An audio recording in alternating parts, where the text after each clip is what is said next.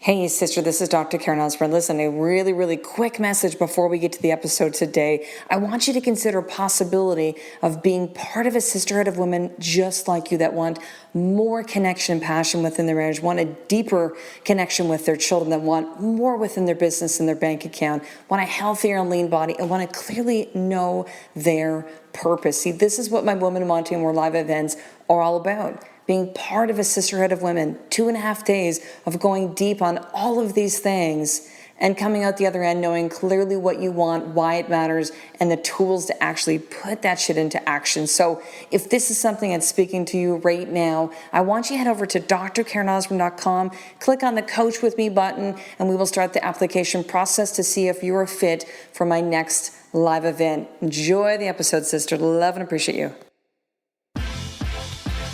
Do you want more? More time, more balance, more love, more sex, more money, more real, and less bullshit? This is the Women Wanting More podcast with Dr. Karen Osborne. Real life, real stories, plus real tips to get you more of what you want.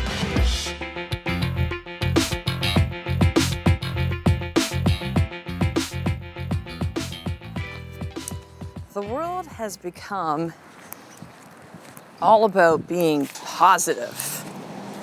Think positive. Be happy. Turn that smile turn that frown upside down.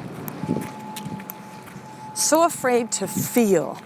Like everything has to have a fucking bow on it. And so here's the thing. So here's what I want you to hear at the top of this episode. It is great to be positive. It is great to be happy. It's a beautiful thing to see the positive side of situations. Something I teach my clients called a positive focus that I first learned from Garrett J. White from Warrior. It is impactful to be able to see the lessons and the gifts in the things that are going on in your life, especially the shitty things. But it's another thing to numb. It's another thing to deny your feelings. It's another thing to say that you're feeling a certain way when you actually feel the other way, right? How are you? I'm good. I'm fine. Oh, that must be tough you're going through. No, I'm fine. It's good. I'm just going to see the positive side of it. And I'm going to encourage you to really consider that you need to start feeling what you're feeling. For real. Feel shit, sister. Feel it. Walking my oldest boy Tyson to school today.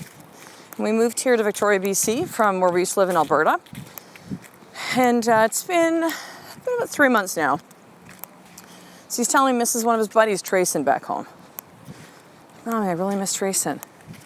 I don't know Tyson's family. This is a little dude that was in his daycare that he went to in the afternoons because he was in kindergarten last year. So they had half days. He went to daycare in the afternoon. And he was in daycare before that. So they've probably known each other for a year and a half. Buddies, right? And so Tyson was feeling sad about it today. And so we talked about that. We also talked about it's okay to feel sad. Mommy's moved away from friends too, and I miss some of my friends back home. It's okay. And that there's also times that we have friends in our life for a period of time and then we have new friends. Because we've moved, right? Or we're different people. Or we change. But I allowed my son to feel that sadness. I think particularly as parents, if you're a parent, let me know if this is real for you.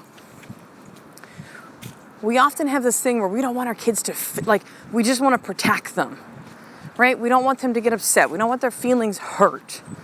We don't want them to get physically hurt. We just want them to not have any of that stuff. And for some of us, maybe grew up with a childhood that was, less than stellar. We want to create something different, and that's awesome. But to deny your children the feelings that you're feeling, to think that we're preparing them for life by making everything perfect and positive and rosy and happy and not being real about the things that happen in life is not serving your child, is not serving our children. And it's certainly not serving you, sister. It's not serving you. You need to feel what you feel. The way that most of society runs like this. They don't feel good. Okay, they either, and a lot of times it's Byron Katie talks about in the book Loving What Is that all suffering is the result of attaching to a thought. Thought. It's not even anything. It's just a thought that we have about something. It's a thought that we think someone feels about us. It's a thought of what we think may or may not happen or what that thing may or may have meant. It's a thought. We attach to this thought. And we create suffering as a result of it. But really allow yourself to feel, because again, most of the world runs like this. I don't feel good. Let me do something that makes me feel better. So whether it's the thought that makes me feel shitty, I don't feel good about myself, I tell myself all sorts of, bullshit and negativity, and how I suck, and I'm not clear on what I want, so I'm just going to numb myself with food, with alcohol, with drugs, with sex, shopping, fitness. Yeah, you can numb yourself with any kind of activity. Anything that's gonna allow you to just not think. And I don't mean like distraction, right? Having space and saying, hey, I just need to kind of get away from this for a period of time, like that's okay, that's healthy. That's real, that's a good thing.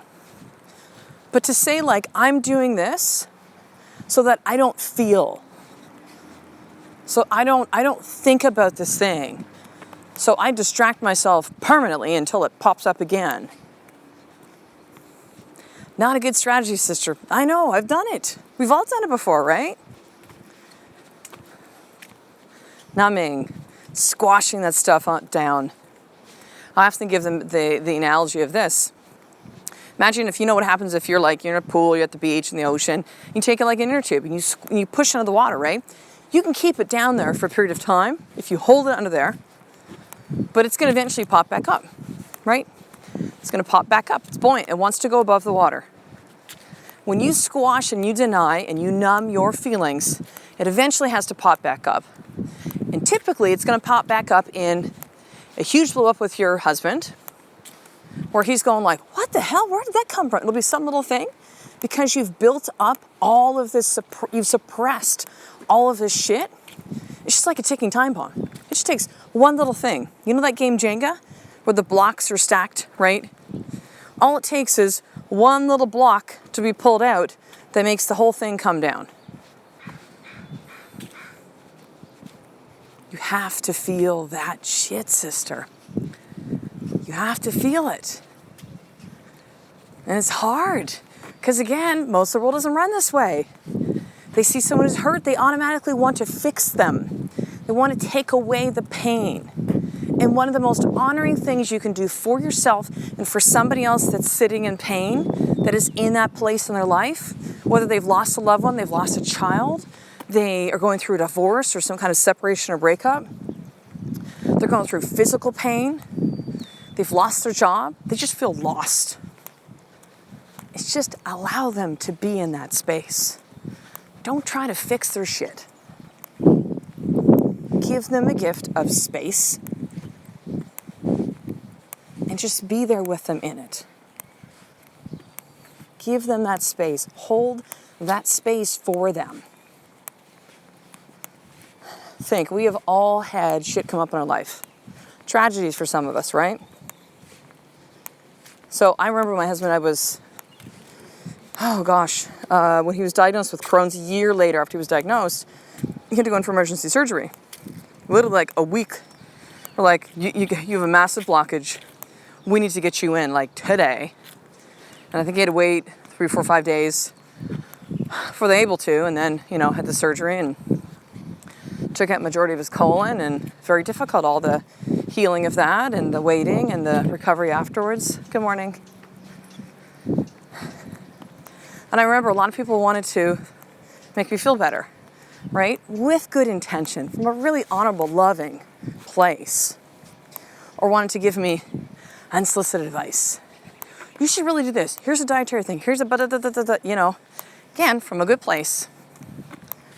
But I gotta say, the ones that were really honoring were just like It's going to be okay, Karen. Like, you got this. I know it sucks right now. I must be difficult. I am here for you. What do you need? They didn't try to make it go away. They didn't try to say, everything happens for a reason. They didn't put a bow on it. And you know what? I so honor, respect, and love the people that did that for me. Because it wasn't something that was going to be fixed. He didn't have surgery and everything magically went away. It just stopped him from dying. Give space to that person. So here's your more tip for today then, sister. Something that you're going through in your life right now that's difficult, that you've been denying the feeling, the pain, the uncomfortableness, the sadness, the anger, whatever it is, give yourself some time to feel that. Feel it.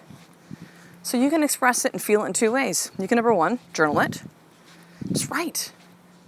Like, get it out. Just like that inner tip, if you don't get it up, it's going to pop back up. And most likely going to be directed back at the people that you love the most in your life. And you will hurt because you were unwilling to feel your own hurt.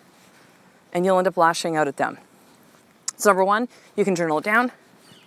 And number two, get it out some way physically. I mean that, like, yell, scream, say fuck like 100 times. Like, get it out. It does not serve you to squash it. You are not being the strong one or the brave one by keeping it all in. So you choose which one for you. Yell it out, scream it out. Go run, like, express, move your body physically. I'm a very physical woman. And so for me, physically moving my body is important for me. When I record these podcasts, I'm walking. I think better when I move. I know who I am. I know what's going to serve me best. And I want to serve you best when I record these podcasts. So for me, the physicality part is vital to who I am. But it's whoever that you are. So journal it. Get it out some way physically. And then I want you to share that up with me. What was that experience like? Because here's the one caveat of that. Get it out, sister, and then learn the tools. Like, I teach my clients and the tools of how to process all this stuff. How to do a positive focus and see the lesson. How to do the work and not hold on to that rage and the anger and the stories. But the first step is, like, you have to get the shit out and just be honest about it. This is what I'm feeling. I'm fucking angry. I'm really sad. Feel the stuff you're feeling, sister. Honor you. Tell the truth first to yourself. You want others to show up the way you want to in your life? For you, show up for yourself first. So I want you to head over to drkarenosborn.com, drkarenosborn.com. Make sure to opt in for the Women Wanting More newsletter, sister. There's several thousand that listen to the podcast every single day. It's only a handful of you that are actually on the email newsletter list, and this is vital. This is a way to be part of the Women Wanting More sisterhood. So you can hear about the master classes that come out. You'll get all 3 podcast episodes with all the show notes, resources, and links actually emailed directly to you 3 times a week, Monday, Wednesday, Friday. And those other days, Tuesday, Thursday, Saturday, Sunday, I'm going to be sending you videos and blog posts and information about my upcoming book. Again, master classes, live events, courses that I'm offering, coaching. All things that will really get you more within your life and give you that VIP access and to be part of the Women Wanting More sisterhood. So I will talk to the next episode, sister. A life of more is just one step away from you doing the fucking work every single day. I love and appreciate you. To get the show notes of each Women Wanting More episode, including the How to Get More tip, subscribe to the newsletter at drkarenosborn.com/newsletter.